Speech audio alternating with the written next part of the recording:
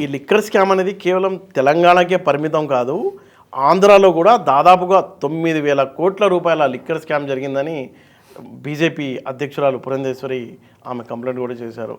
అది జగన్కు ఏ లెవెల్లో చుట్టుకోవచ్చు? నేనే ఇచ్చిన సమాచారం, పురంధేశ్వరి మేడం గారికి నేనే సమాచారం పంపించిన. ఏ విధంగా అంటే గత డిబేట్స్లలో మొత్తం నేను చెప్పడం జరిగింది. నేను ప్రత్యక్షంగా పోయి ఆంధ్రాకి పోయినప్పుడు చూసిన.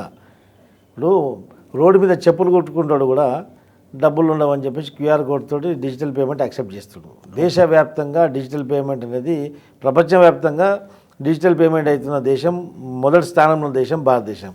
అలాంటి డిజిటలైజ్ ట్రాన్సాక్షన్ అయ్యే ఈ దేశంలో కేవలం దేశవ్యాప్తంగా ఒకటే రాష్ట్రంలో లిక్కర్ షాప్కి వెళ్తే క్యాష్ ఇవ్వాలి, రసీదు ఇయ్యరు, క్యాష్ ఇవ్వాలా, నీకు ఆన్లైన్ ట్రాన్సాక్షన్ ఉండదు.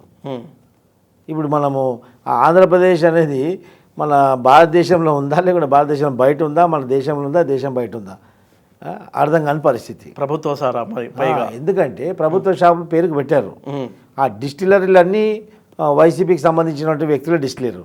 ఓకే, 1000 రూపాయల సరుకు అమ్మినా, 1000 రూపాయలు, 1,00,000 రూపాయల సరుకు అమ్మినా, 1000 రూపాయల సరుకు అమ్మినా అని చెప్పేసి అక్కడ లెక్కలు చూపిస్తారు. అక్కడ లెక్కలే లేవు. అవును, అంటే గవర్నమెంట్ షాపులో మద్యం అమ్మితే ఆ మద్యం మీద వచ్చినటువంటి ఆదాయం మొత్తం ప్రభుత్వ ఖజానాకి వెళ్ళాలి. అవును, అక్కడ ఏం జరుగుతుంది? లెక్కలు లేవు కాబట్టి ఈ యొక్క డబ్బు మొత్తము అక్రమంగా లెక్కలేనటువంటి డబ్బు ఉంది కదా, ఈ డబ్బు మొత్తం తాడేపల్లి కొంపకే పోతున్నాయి, అంటే జగన్మోహన్ రెడ్డి జోబులకు పోతున్నాయి. అంటే 5 ఏళ్లలో లిక్కర్ అమ్మకాలు 1,00,000 కోట్లనే ఉంది లాభం. 5 ఏళ్లలో లిక్కర్ అమ్మకాలు 1,00,000 కోట్లు. అంటే మీరు చెప్పిన 1,00,000 కోట్లు అంటే నీకు ఇంకా 1,000 కోట్ల రూపాయలు, 30-40 లక్షలు ఇంకా ఉండొచ్చు, ఇంకా చాలా ఉంటాయి.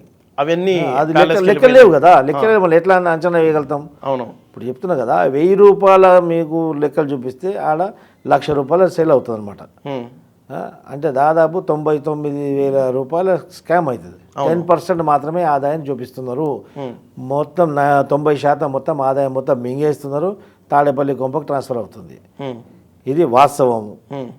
ఆన్లైన్ ట్రాన్సాక్షన్ ఏ వైన్ షాప్లో కూడా లేదు. అదే కాకుండా ఉన్నదానికంటే రేట్లు పెంచి దశల వారీగా నువ్వు మద్యపాన నిషేధం చేస్తున్నావు, దశల వారీగా నువ్వు ఇంకా బెల్ట్ షాపులు పెంచుతున్నావు. ఒక్కొక్క వైన్ షాప్ కింద 50 బెల్ట్ షాపులు. ఓకే, ఈ 10-11 గంటలకు వైన్ షాపులు బంద్ అయిపోయిన తర్వాత నీకు ఎక్కడైనా స్టేషనరీ షాపులో కానివ్వండి, కిరాణా కొట్లో కానివ్వండి, 24 hours ఎక్కడైనా కూడా కొన్ని జాగ్రత్త చర్చిల వెనుక కూడా దొరకడం జరుగుతుంది. నేను చర్చ్ ఎందుకు పవిత్రమైన ప్లేస్ కదా, అక్కడ చర్చి దగ్గర కూడా మీకు చర్చి దగ్గర వెనక గోడలలో కూడా కూర్చొని అమృతం జరుగుతుంది. ఎందుకంటే చర్చిలన్నీ కూడా ఈరోజు వైఎస్ఆర్సీపీ ఆధీనంలో ఉన్నాయి కాబట్టి చర్చిలలో, శ్మశాన వాటికలలో, ప్రతి జగలలో. ఎందుకు ఆశ్చర్యం ఎందుకండి? శ్మశాన వాటికలలో కండం ప్యాకెట్లో, మ్యాచ్ బ్యాగ్స్లో సిద్ధం అని పోస్టర్ లేపించుకోలేదా? దేశవ్యాప్తంగా ఎప్పుడైనా చూసారా కండం ప్యాకెట్ మీద సిద్ధమని, సిగరెట్ ప్యాకెట్ మీద సిద్ధమని స్టిక్కర్? లిక్కర్ స్కామ్ కు సంబంధించి ఈడీ అక్కడ కూడా విజిట్ చేసే అవకాశం ఉండొచ్చు. చేస్తారు, ఖచ్చితంగా చేస్తారు. ఎందుకంటే అంటే అవకాశం ఉంది కదా, ఇప్పుడు ఎలాగూ కూటమిలో ఉన్నారు కాబట్టి. రూపాయి సిక్కకు బొమ్మ బొడుసు, సిక్కకు బొమ్మ బొడుసు ఏ విధంగా ఉంటుందో ఈ జగన్మోహన్ రెడ్డి, కేసీఆర్ అనేది బొమ్మ బొడుసు లాంటి వాళ్ళు. అవును, ఇది లంగా దొంగ ఎందుకంటున్నాను? ఇద్దరు ఈడు చేసిన కార్యక్రమం ఆడి చేస్తున్నారు, ఆడి చేసిన కార్యక్రమం ఈడు చేసినారు.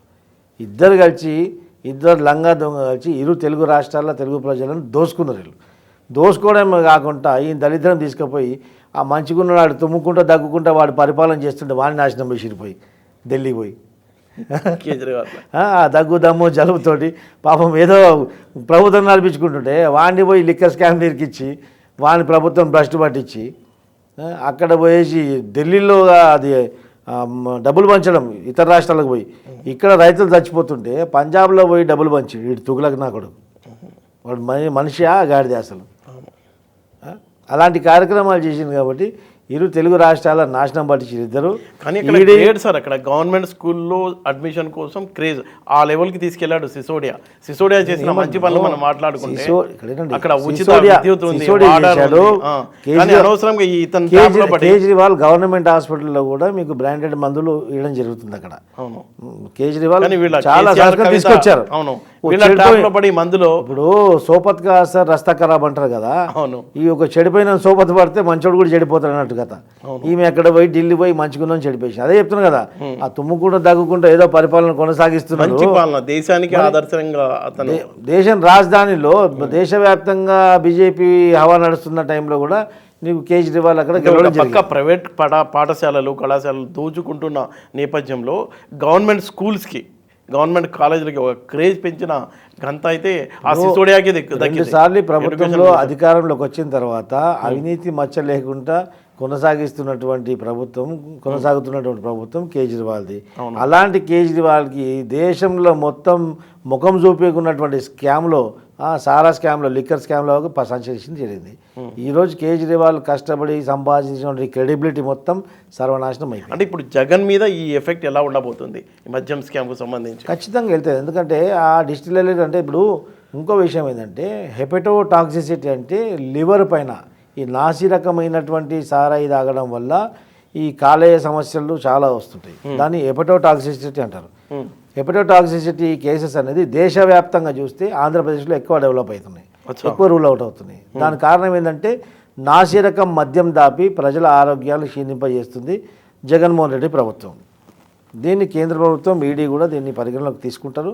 ఖచ్చితంగా ఈ లిక్కర్ స్కామ్ ఇంకా ఏ రాష్ట్రాలకు మన బతుకమ్మ పంపించిందో వాళ్ళందరూ కూడా రేపు ఉయ్యాల బతుకమ్మ ఖచ్చితంగా డీజే పెట్టి ఆడిపోయడం జరుగుతుంది.